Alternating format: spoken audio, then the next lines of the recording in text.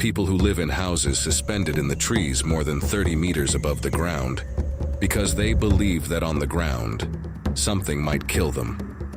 Places so isolated and dangerous that the jungle itself decided to shrink human bodies so they could survive.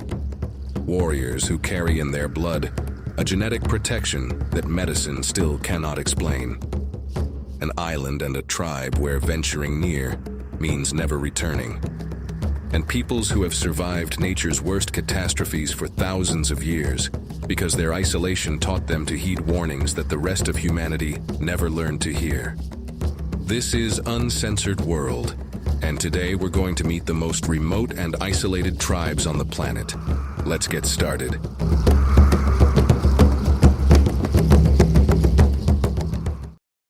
Number 9. The Sentinelese, the most dangerous tribe in the world. In November 2018, an American missionary named John Allen Chow paid several local fishermen to take him by night to an island that the entire world considers the most dangerous place on Earth. His goal was to make contact with the most isolated, hostile, and remote tribe on the planet and share his faith with them. He paddled alone to shore in a kayak, evading the surveillance patrols. He was never seen alive again. The reason this people acted this way is simple yet disturbing. They don't want us near them, and they've been making that very clear for thousands of years. This is North Sentinel Island, and these are the Sentinelese. This is their reality and their history. In the heart of the Indian Ocean, within the Andaman Islands archipelago, lies a territory that no one can approach without risking their life. This island, administered by India, is inhabited by one of the most isolated and extreme peoples on Earth. It is estimated that they have been living in that same patch of jungle, without mixing with any other human group, for more than 50,000 years. Before agriculture existed, before the first cities on the planet existed. The Sentinelese were already there, living practically the same way they do today. They do not seek contact. They do not want visitors. And they have made it clear, generation after generation, that they will protect their territory against any intrusion. That is why anyone who attempts to land on their beaches faces an immediate response. It has happened before, and the outcome has always been the same. That is why many consider it the most inaccessible place on the planet. North Sentinel is the inhabited island closest to the rest of the Andaman Islands archipelago, just a few kilometers from tourist areas with hotels and resort complexes. But reaching its shores is practically impossible. Impossible because this place is protected by Indian law, which prohibits anyone from coming within 5 kilometers of the islet. But above all, because its inhabitants defend their territory with absolute determination. Barely 120 square kilometers of dense, almost unexplored tropical rainforest, where not even satellite images have managed to reveal much more than the coastline. Today, no boat or drone can fly over or approach it without risk. The island is guarded by its own inhabitants, and access is strictly controlled to ensure that the modern world does not invade this last, nearly untouched human refuge. The reason for this isolation is not a whim, it is memory. During the 20th century, several attempts at contact were made by explorers, anthropologists, and missionaries. At times, there appeared to be gestures of rapprochement, exchanges of objects, signals from a distance. But contact had devastating consequences. Diseases common to us, such as the flu or mild infections, proved dangerous and even lethal to a community that had remained isolated for millennia. These diseases, so mild for most of us, caused deaths among the Sentinelese because their centuries-long isolation had left their immune systems without any defense against viruses and bacteria they had never encountered before. Since then, any attempt at contact has been interpreted as a threat. The Sentinelese became even more reclusive, convinced that any contact with outsiders brings disease and death, a danger they could not understand but had experienced firsthand. This painful memory has been passed down from generation to generation, and it is the main reason why they defend their isolation so fiercely today. Today their population is small, probably between 50 and 200 people, according to the most recent estimates by Indian anthropologists, and any uncontrolled contact could jeopardize the survival of the entire group. They live without modern technology, hunting with bows and spears and gathering what the jungle and the sea provide, exactly as their ancestors did tens of thousands of years ago. No electricity, no metal, and no tools. They cannot make themselves from what the island provides. While the modern world watches from a distance, North Sentinel remains just as it is. No internet, no roads, no need for us. Perhaps they are not the ones who are isolated. Perhaps we are the ones who are isolated from a way of life we no longer understand. If you're enjoying learning about these realities, give us a like. By doing so, you'll be helping us a lot to keep creating content like this every week.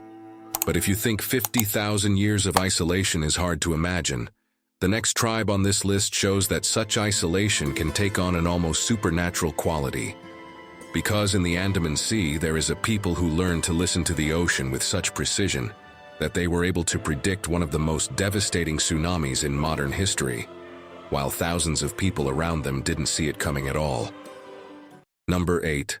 The Moken, the tribe that listened to the ocean and survived the end of the world. In the Andaman Sea, between the coasts of Thailand and Burma, there is a people whom sailors in the region call the Sea Gypsies, the Moken. Some 3,000 people who, for centuries, have lived on wooden boats, moving among the islands without ever settling in any one place, with no permanent address, with no land of their own, with no home other than the horizon. It is precisely this total rootlessness that makes the Moken one of the last truly nomadic tribes on the planet. They have no mailing address. In most cases, they have no identification documents. For the governments of Thailand and Myanmar, for a long time, they simply did not exist in any official records. An entire people living outside the bounds of any administrative map, well into the 21st century. The Moken spend between 8 and 9 months a year entirely at sea. Their boats, called kabang, are handcrafted from a single piece of wood and are designed to serve simultaneously as a boat, a kitchen, and a bedroom for an entire family. They are born at sea. They learn to swim before they learn to walk, and many of them die at sea without ever having slept more than a few nights in a row on dry land. Their knowledge of the ocean is unmatched by any other seafaring people studied worldwide. They know the currents, winds, seabed, and tides of every corner of their territory, with a precision that no modern instrument has managed to surpass in their region. They can read the color of the water to determine depth without measuring it. They can navigate at night by the stars, with an accuracy that took Western sailors centuries to achieve with a compass and sextant. But all that knowledge is not what made the Moken a global legend.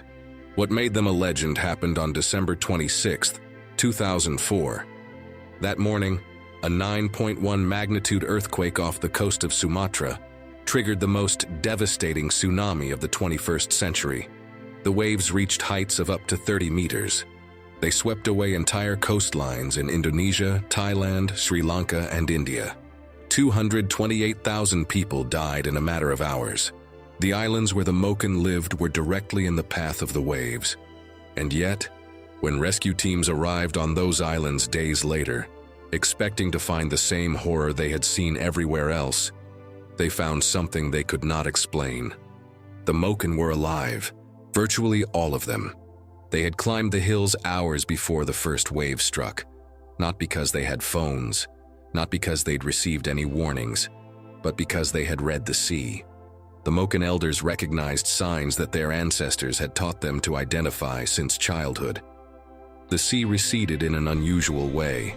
The dolphins swam out toward deeper waters. The birds stopped flying in their usual patterns. To any Western tourist on those beaches that morning, everything seemed like a normal morning. To the Moken, each of those signs was a word in a language they've been learning to read for thousands of years. When researchers arrived to study what had happened, the Moken elders described the situation with such clarity that the scientists were left without an immediate answer. They spoke of the Laboon, the spirit of the sea in their oral tradition, a figure that describes exactly how the ocean behaves before a tsunami, not as a metaphor, as a survival manual passed down from generation to generation for thousands of years. Modern science, with all its satellites and sensors, was unable to warn 228,000 people in time. The oral knowledge of a people without electricity or the internet did not lose a single one. Today, the Moken are under enormous pressure. The governments of Thailand and Myanmar have been pushing them inland toward permanent settlements, schools, and identity documents. Many young Moken no longer learn to read the sea as their grandparents did. Would you like to have the Moken superpower? To read nature with such precision that you can anticipate any catastrophe? Tell us yes or no in the comments. If you think living permanently at sea is an extreme form of isolation, wait until you meet the next tribe. Because deep within the most impenetrable jungle of New Guinea, there is a people who decided to distance themselves so far from the ground that they built their entire world 30 meters above the ground. Number 7. The Korowai, the people who live 30 meters above the ground. Imagine a tribe where children learn to walk 40 meters above the ground, where a fall can be fatal, and the ground, the place where the rest of us feel safe, is, for them, the realm of the dead. This tribe exists, and they are called the Korowai. Deep within the swampy jungle of Papua, on the easternmost tip of Indonesia, there is a territory so dense and so difficult to traverse that until 1974, the outside world didn't even know a people lived there. A community of just a few thousand people scattered across small family clans, separated from one another by kilometers of swamp and vegetation that make any travel nearly impossible. And the first thing that surprises you about the Korowai isn't how they live, it's where they live.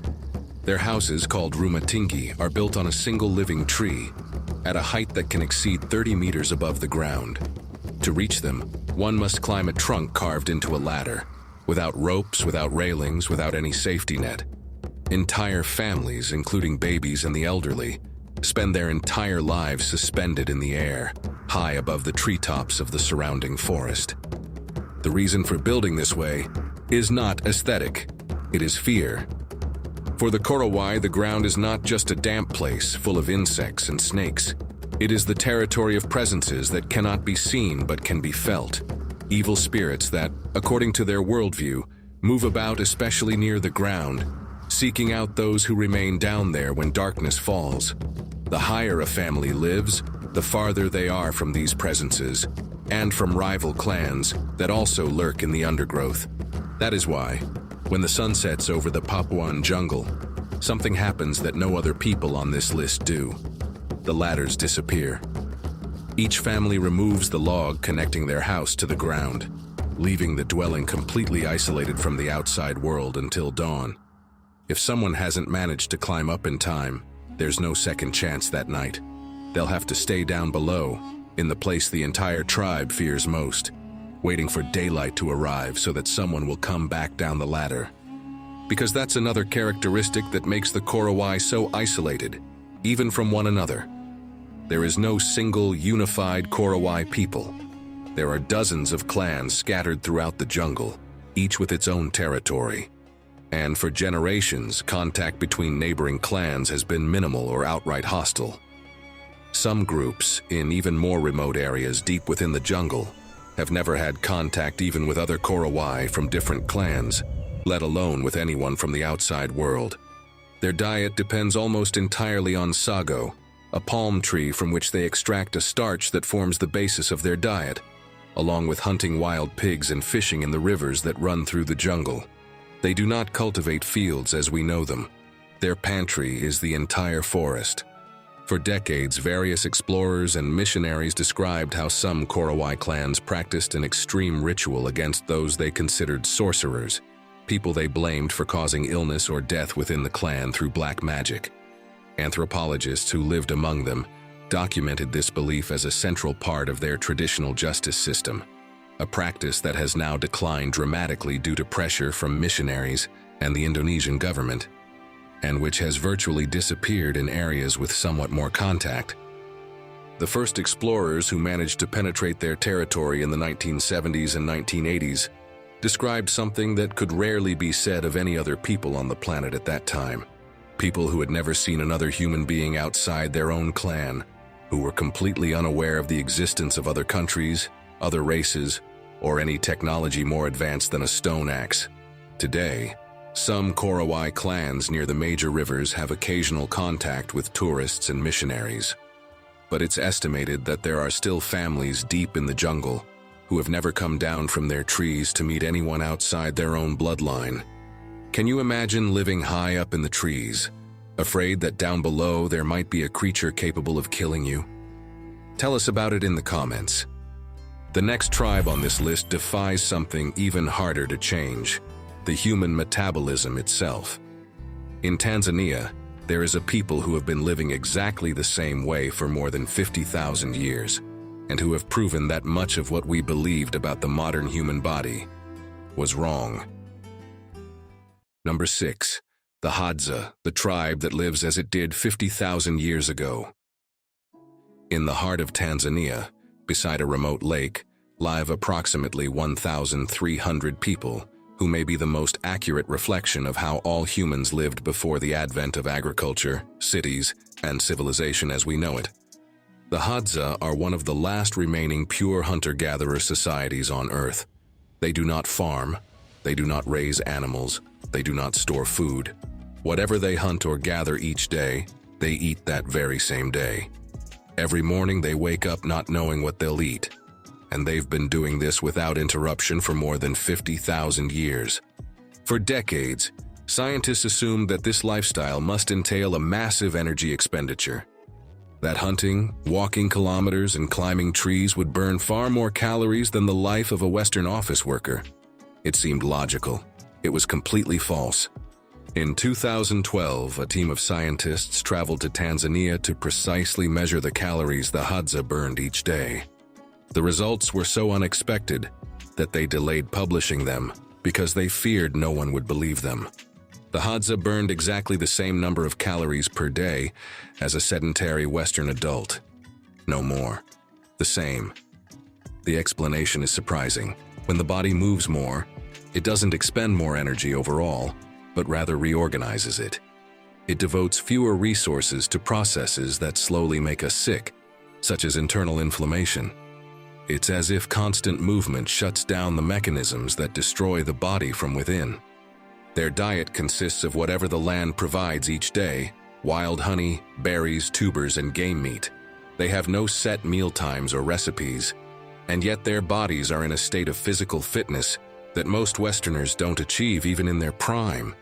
Their gut microbiota, the community of bacteria that lives in our intestines and controls much of our health, is the most diverse ever recorded in any human population.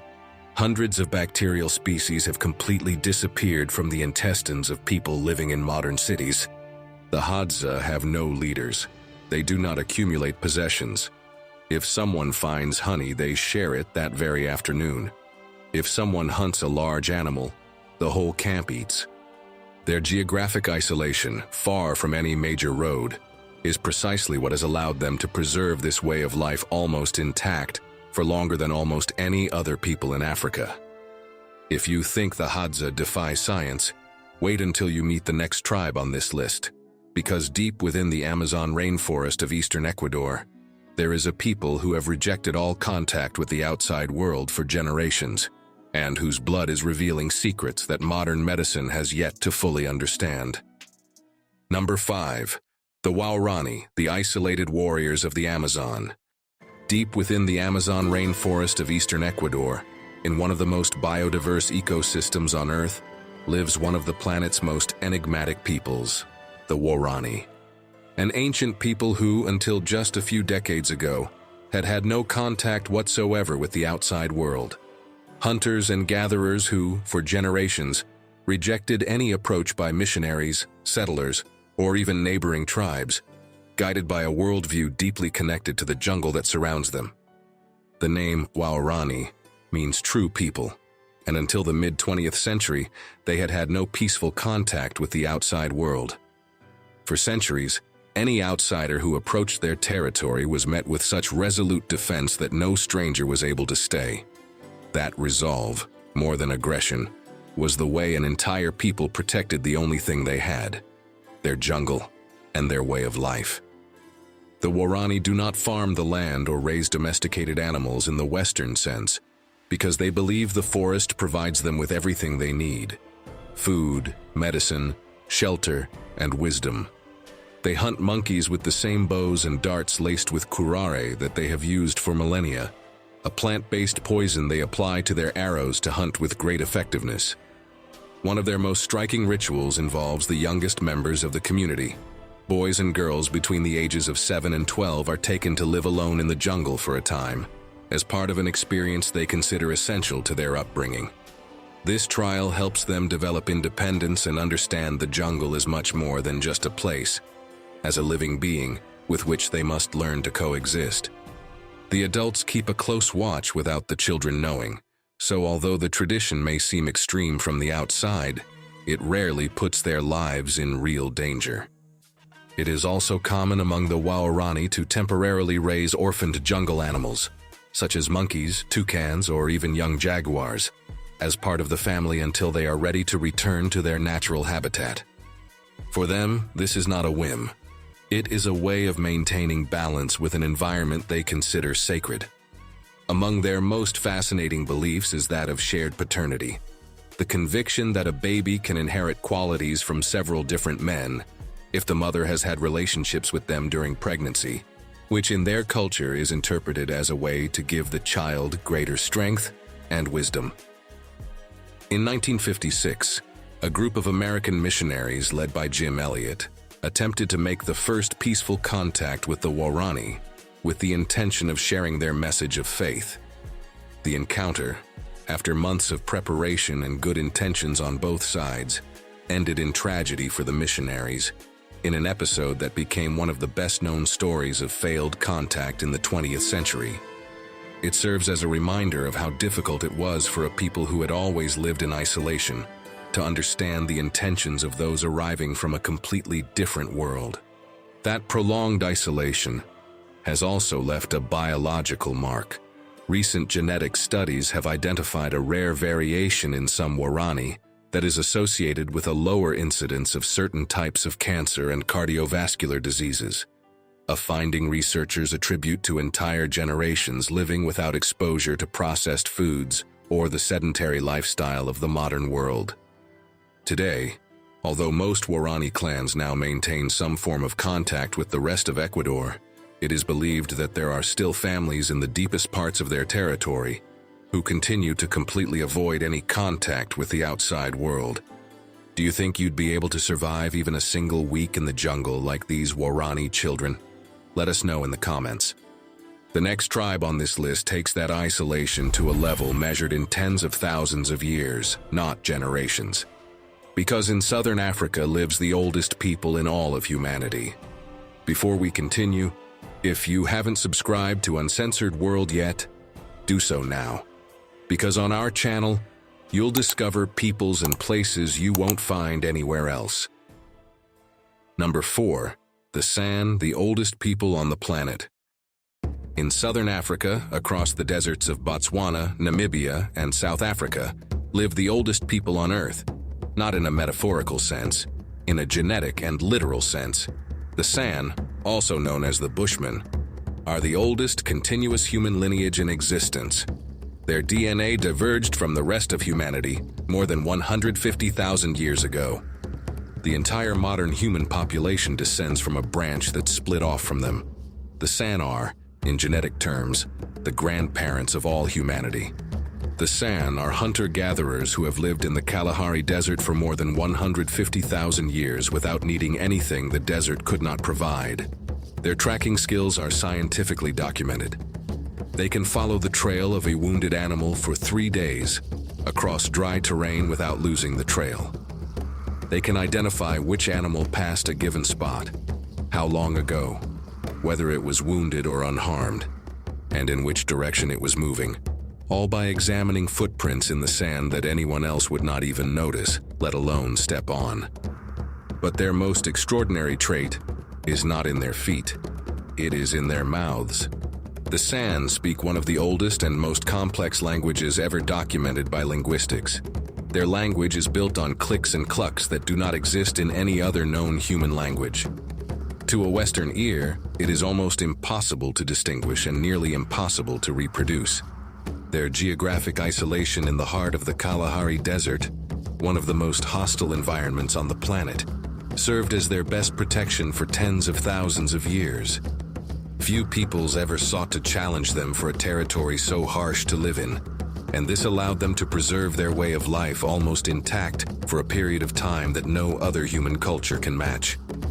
During the 20th century, the governments of Botswana and South Africa carried out campaigns to expel them from their ancestral lands and force them to live in modern settlements.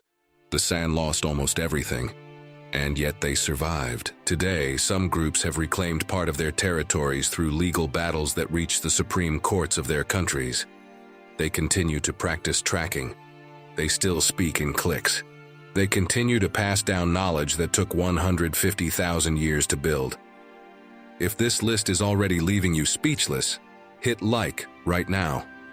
Because there are still 3 tribes left, and the one that closes this video holds one of the most difficult to explain mysteries in all of human history. But first, we're traveling to the Brazilian Amazon rainforest, home to a people whose very existence almost no one is certain of, because no one has ever managed to see them face to face. Number 3. The Kawahiva, the ghost people no one has ever seen. Deep in the Brazilian Amazon rainforest in the state of Mato Grosso, there is a people so isolated that it's not even known for certain what they call themselves. Brazilian researchers call them the Kawahiva, a generic name, because there has never been any real contact that would allow them to ask. There are no clear photographs of their faces. There is no record of how many people make up the tribe. Everything known about them comes from abandoned camps discovered by FUNAI, the Brazilian agency responsible for protecting indigenous peoples. Campfires still smoldering, leaf shelters built just days earlier, tools left behind in their flight. Because that is what defines the Kawahiva more than anything else. They live on the run. Their territory has been invaded for decades by illegal loggers and cattle ranchers encroaching on the rainforest, and the Kawahiva, rather than confronting them, constantly move from one place to another to avoid any encounter. It is estimated that they relocate several times a year, always a few steps ahead of the deforestation encroaching on their territory.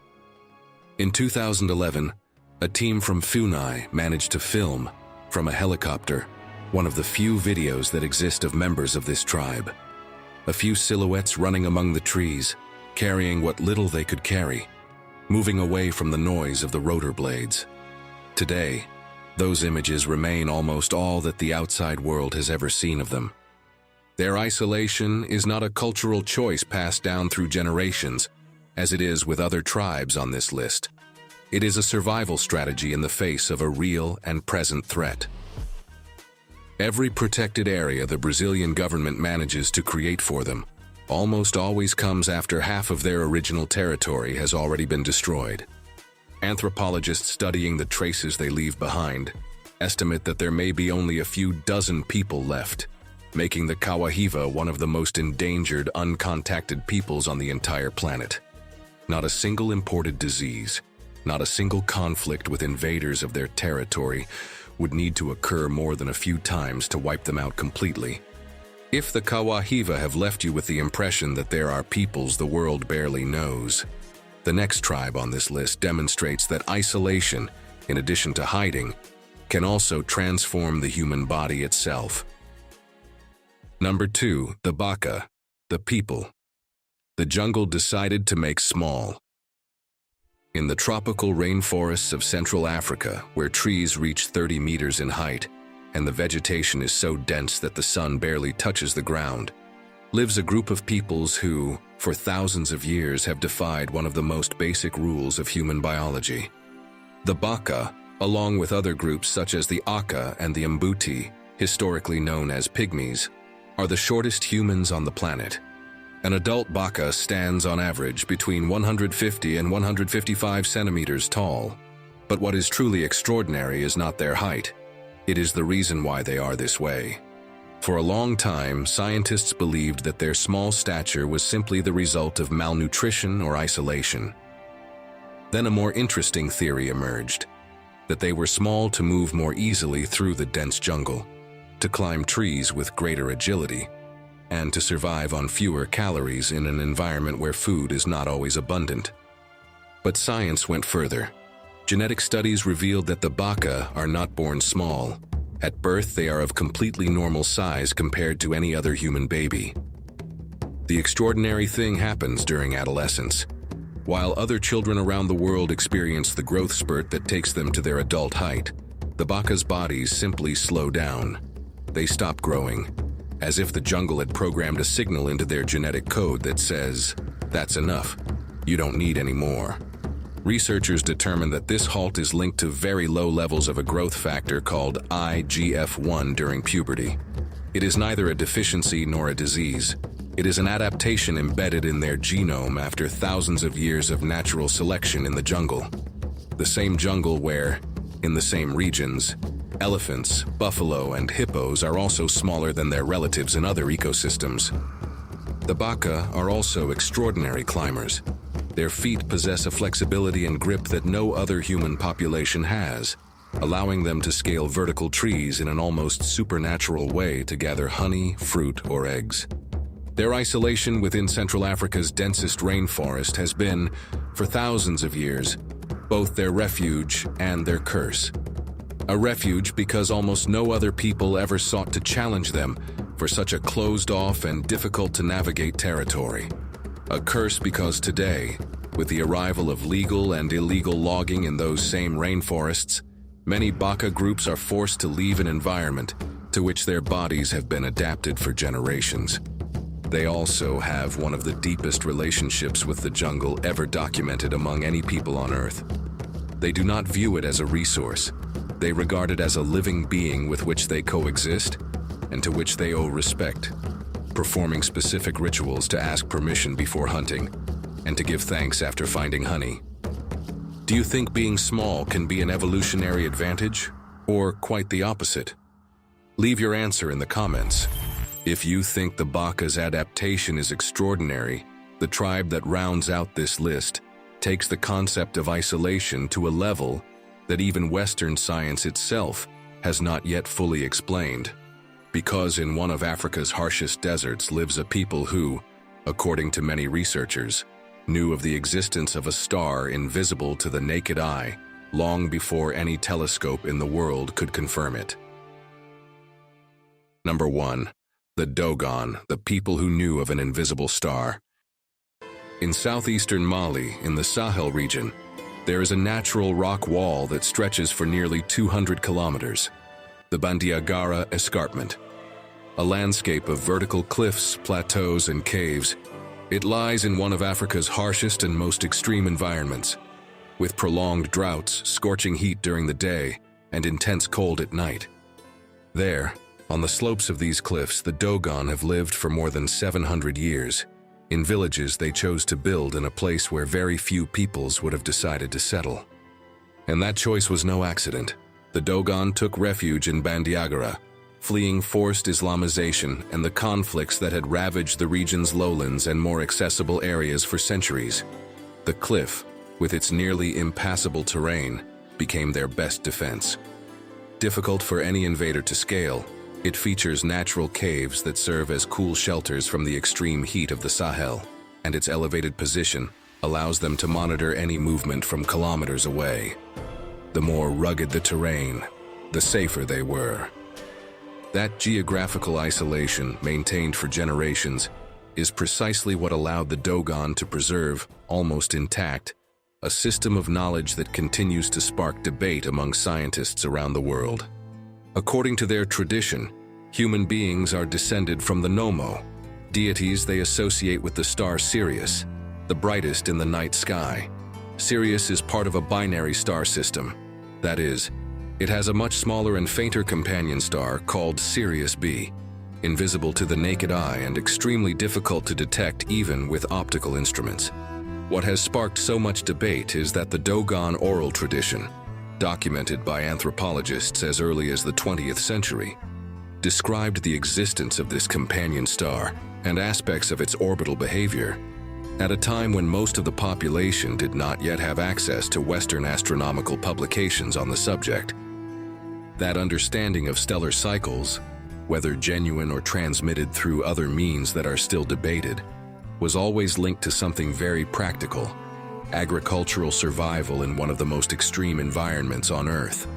The Dogon used the position and movement of the stars to plan their planting, harvesting, and major rituals in a land where choosing the wrong season can mean going hungry.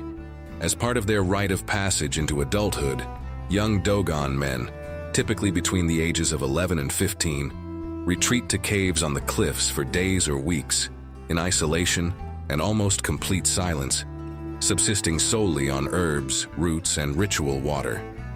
This initiation, known as Sigwai, tests their physical and mental endurance and is considered the moment when they learn to interpret the signs of nature and the sky that will guide the rest of their adult lives. Within their worldview, twins hold a sacred place. They are considered bringers of good luck and protection from birth, and special intermediaries between the spiritual world and everyday life.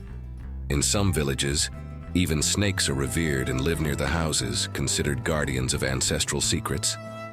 Today, with roads reaching ever closer to Bandiagara and more young Dogon migrating to cities like Bamako or Mopti, the isolation that protected their knowledge for centuries is diminishing with each passing generation. And with it, we are likely also losing part of what we still haven't fully understood about how they came to know what they knew. Of all the tribes you've seen in this video, which one surprised you the most? Tell us why in the comments. 9 tribes, 9 completely different ways of surviving in the most remote corners of the planet. And in every case, the same conclusion. Isolation didn't weaken them, it transformed them. Because when a person spends thousands of years completely alone, without mixing with others, without outside help, without any modern shortcuts to fall back on, nature begins to do something that most of us will never experience firsthand. It begins to redesign it.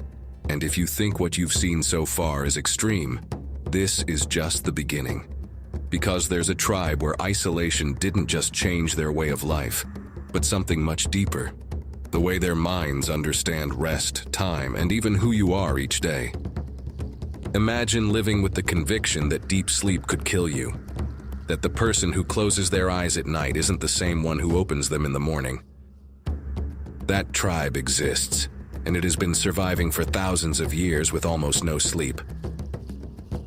Don't miss the next video from Uncensored World, because in it we'll meet the Piraha, the tribe that doesn't sleep for fear of not waking up.